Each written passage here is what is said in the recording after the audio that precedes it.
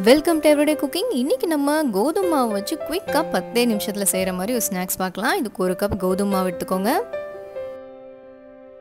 இதில் தேவையான அளவு உப்பு, அரை ஸ்பூன் சீரகம், அரை ஸ்பூன் மிளகாய்த்தூள், நல்லா பொடி பொடியாக நறுக்குன கருவேப்பிலை கொஞ்சம். கருவேப்பிலையை மறக்காமல் போடுங்க, அப்போ தான் நல்லா வாசனையாகவும் டேஸ்ட்டாகவும் இருக்கும். இப்போ கொஞ்சம் கொஞ்சமாக தண்ணி விட்டு நல்லா சப்பாத்திக்கு பிசைகிற மாதிரி பிசைஞ்சிக்கலாம்.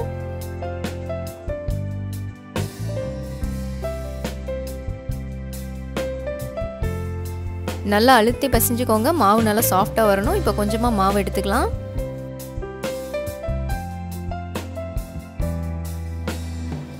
இந்த மாதிரி கொஞ்சமாக எடுத்துட்டு உள்ளங்கையில் வச்சு உருட்டுங்க. இது நல்ல டேஸ்ட்டாக கார சேவு மாதிரியே இருக்கும். நீங்கள் வேணும்னா இன்னும் கொஞ்சம் கூட பெருசாக உருட்டிக்கலாம்.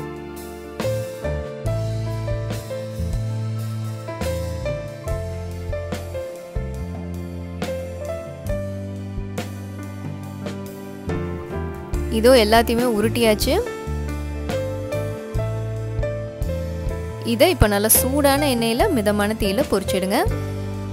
உருட்டின மாவு ஒன்றோட ஒன்று ஒட்டிகிட்டு இருக்குன்னு நினைக்க வேண்டாம். ஒட்டிகிட்டு இருந்தாலும் பரவாயில்ல, நீங்கள் எண்ணெயில் போட்டதும் தானாக பிரிஞ்சிடும். தானாக பிரியலினாலும் கரண்டி வச்சு லைட்டாக தள்ளி விடுங்க, பிரிஞ்சிடும். நல்லா பொன்னிறமானதும் வெளியெடுத்துடலாம்.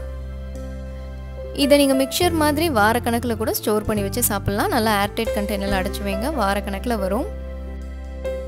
ஸோ இதுவும் நம்மளோட கோதுமை கார சேவு ரெடி. வேறொரு இன்ட்ரெஸ்டிங்கான ரெசிபியோடு உங்களை சந்திக்கிறோம். மறக்காமல் எங்கள் சேனலுக்கு சப்ஸ்கிரைப் பண்ணுங்கள்.